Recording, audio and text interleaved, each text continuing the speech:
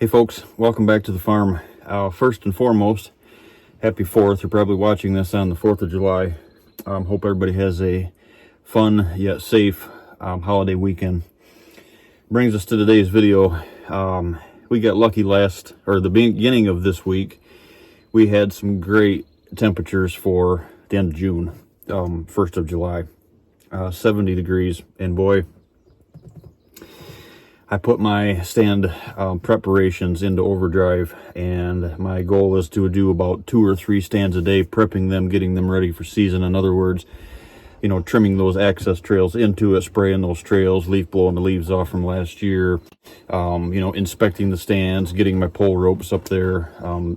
Something we'll touch on in a later video, but I start carrying my bow on my back. This lately, guys, works way better than pulling it up and tunking something up with a pole rope, but I always make sure there's one there just in case someone else that hunts with me, friend or family or whatever the case is, doesn't have one. And bow holder, there's a big checklist, right, that I go through.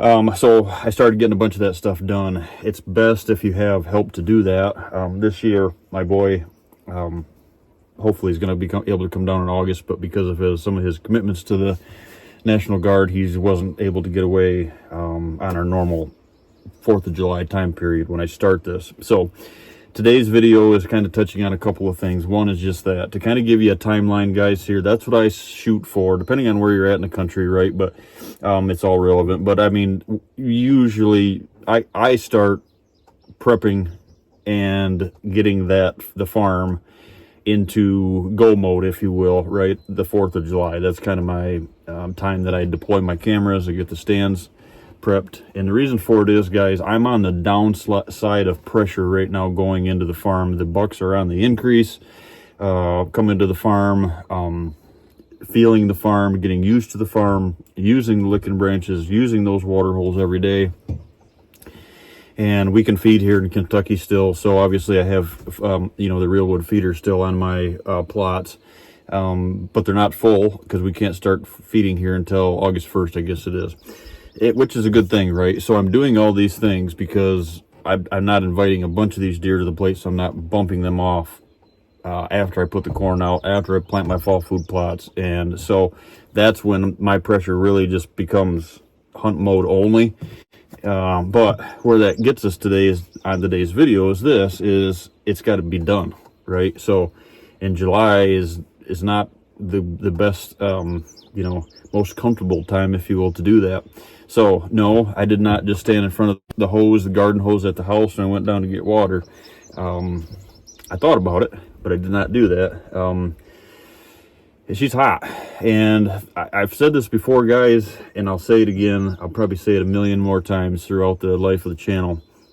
This time of the year right here is when a farm is made or broke. I really believe that. And what I say that for, guys, is a lot of folks, myself in the past, some of my clients still do this, it's so much of a focus on everything else. The food plots, something you can see have instant gratification from, and the stands don't get prepped. Your ins and outs aren't polished. Trail camera thought process isn't there. Angles of the cameras, making sure them are hidden, making sure they're high. All that stuff isn't. The T's aren't crossed and the I's aren't dotted on that. Hunting season comes around, and then we are noisy getting into those stands on our approaches, our ins and outs, and the hunt is affected.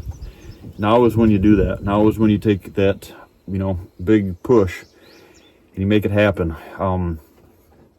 Like I said, it's hot. First of the week, we had great weather. So I usually do about 2 or 3 a day. I did 4 a day during that. I did 4 for those 2 days when it was cool. Now we're back in the 90s. Supposed to get rain, so I'm trying to get this done so I can make sure when I go to fill those feeders the end of July here, 1st of August, guys, the farm is going into go mode. The only thing I do other than that is I plant the food plots and hope and pray for rain, right? So gets us to a topic that I want to touch on today: shooting lanes. There are a lot of folks in this world that are afraid of shooting lanes, right? No pun intended, but they're I think they look at it as a workload. It's a workload. And I also think that a lot of folks, so we'll touch on a couple things. I think a lot of folks think that it spooks deer, right? So straight lines spook deer. So I'm not a fan of cutting a 20-foot wide trail from the stand all the way to a feeder or all the way down to a runway through the woods or to your licking branches or to your water holes and making it god awful obvious. But you have to be able to get an arrow to that animal. Last year I missed my target buck, and there was one limb I didn't trim, and I'm not 100% sure I didn't hit it. I'm not blaming it on that because 27 yards, it's the same stand that I shot my buck out of last year, so I kind of knew what the script was, right? 27 yards, and I just shot over him. So I'm taking full blame for that, but there was a limb there that should have been cut. So I don't know if I hit it or not. That limb's not there now. It's gone. So I've seen it, guys. It goes back to my days of guiding, and I always kind of touch on that, right, with my stories here with you. But there's no worse feeling than having a client in a stand and coming back to the truck and having a client shake his head and say, one limb is all that stood between me and that trophy buck. I've done it before, right? I've done it to myself. I've done it to clients, and it's not something now that you'll see very often, other than last year.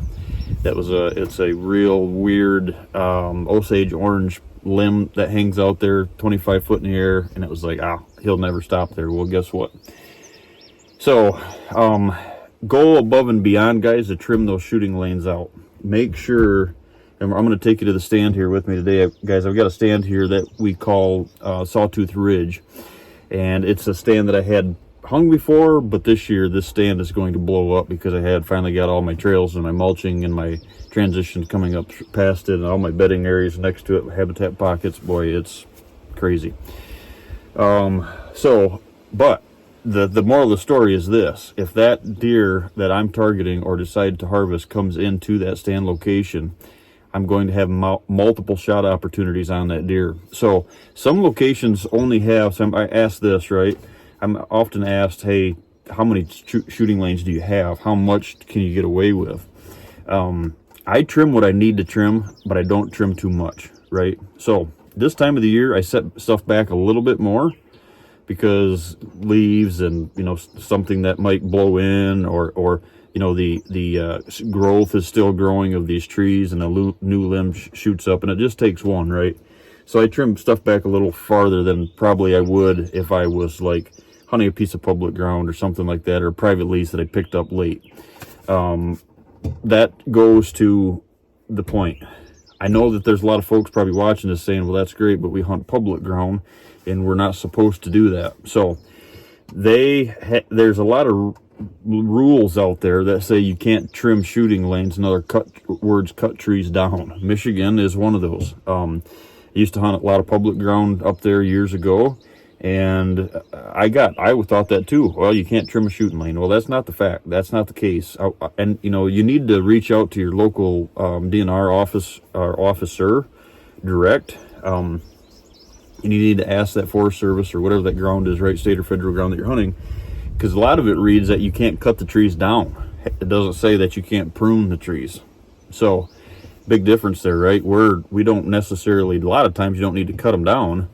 A lot of times you just need to knock a limb or two off to get an arrow where it needs to go. So yes, pole saw, hand saw. This is my old reliable here, guys. You can probably see it's the Fisker. I don't know if you can see it in the background. It's got a real aggressive head on it. But I have a Cobalt, and I've got a problem going on with the head right now. I think it's just wore out. I use it a lot. A Cobalt 40 volt, 9 foot cord or electric, if you will, right? A battery operated pole saw. That thing is the ticket. If you're looking for one of those, I highly recommend one of those. Milwaukee makes a great one too. Years ago I had the steel, guys. This is actually a trimmer with a brush blade on it. But years ago I had one with a gas powered pole saw, and boy, that sucker will wear you out. Does a great job, but it's loud, stinks, whatever, right?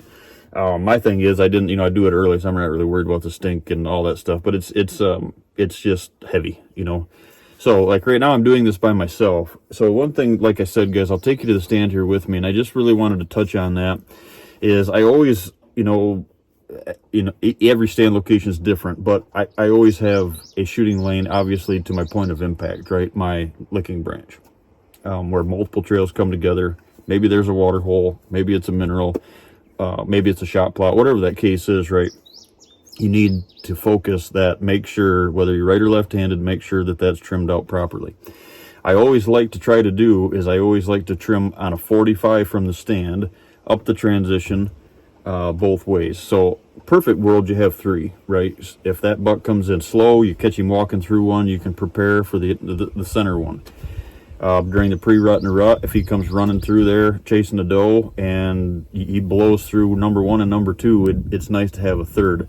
Not all stands are like that, guys. I've got I think I'm 12 stands, 4 box blinds, 12 stands here on the farm on my 75 acres, and about 4 of those have one shot shooting lane, right? Because it's just how the terrain lays out, or whatever the case is. So perfect world, you have multiple, right? Multiple options. So that shooting lane might be 60 yards long, and there's a couple different things that you're looking at. Maybe there's an apple tree, maybe there's a licking branch at 20, maybe there's a water source ahead, maybe there's you're gun hunting it in rifle, or gun hunting it in bow hunting, so maybe that you can see that feeder 100 yards in front of you and you're hunting the downwind side of it, something like that, right? There's so many variables. Moral of the story is, whether it's with a bow or with a gun, you have to be able to get that job done, and don't get caught in the trap. He'll never stop in front of that one limb, because he will. It's Murphy's Law. And deer, I think, are the ones that the deer that come up with that name must have been Murphy. It's actually a good name for a buck. But where I'm going with that, guys, is go the extra mile, trim those out, take the time, battle the elements right now, and it will pay off. Trust me, trust me, trust me. So like we said, guys, this stand is the what we refer to as a sawtooth ridge, and there's a reason for that. He will lose a half a pint of blood in here if you don't watch what you're doing. It is full of buckthorn and sawtooth and all that junk in here, but it's the reason they're in here, and that's the reason we're sneaking in the back door through some screening. 30 yards in, and maybe this is the year that the sawtooth ridge produces. So don't be afraid of them shooting lanes, guys. Get them done early. That's a last year's one, you can see right there, and it's already vegetated up and they don't even know it's there. So bow wise, guys, with a shooting lane, we're talking about feet. We're not talking about like a rifle situation where it's it's 200 yards long, turkey foot, making turkey foots from rifle blinds, 4, 5, 6 shooting lanes, straight as narrow for them rifles. High stress. Deer are going to run across them. I don't recommend those at all. I just recommend poking holes into what you need. So with a bow, like I said, guys, feet, right? So we're talking 5 to 10 feet wide. With a gun, maybe it is a couple 100 yards long, but don't take any more out than you have to. But just like that little vine I was telling you about right there, that's going to get cut before I leave, because that's all it takes to deflect an arrow, right? So with a gun, you never know, you blow right through it. But so don't be afraid of them, guys. Get them trimmed in, get them done early, and put that sweat equity out this time of the year, because this is when it's made or broke right here. Clean accesses, clean shooting lanes, licking branches done. Next step is food plots and get the water holes filled, and we're off and running. Thanks, guys. Don't be afraid of the shooting lane. Private property, do it early. It grows back and it looks real natural. You get the vines and the new growth, and it's not obvious. So If you can, take some of that brush. I'm a big fan of cutting the limb completely off, not just letting it hang there, stuff like that. Maybe you pull that stuff underneath your stand, use it as some camo, whatever the case is, guys. Moral of the story is this: make sure that you have those shooting lanes prepped. So it's at the end story is, right, when I get done, I get 3 more to do, and by the end of the weekend my shooting lanes are going to be done.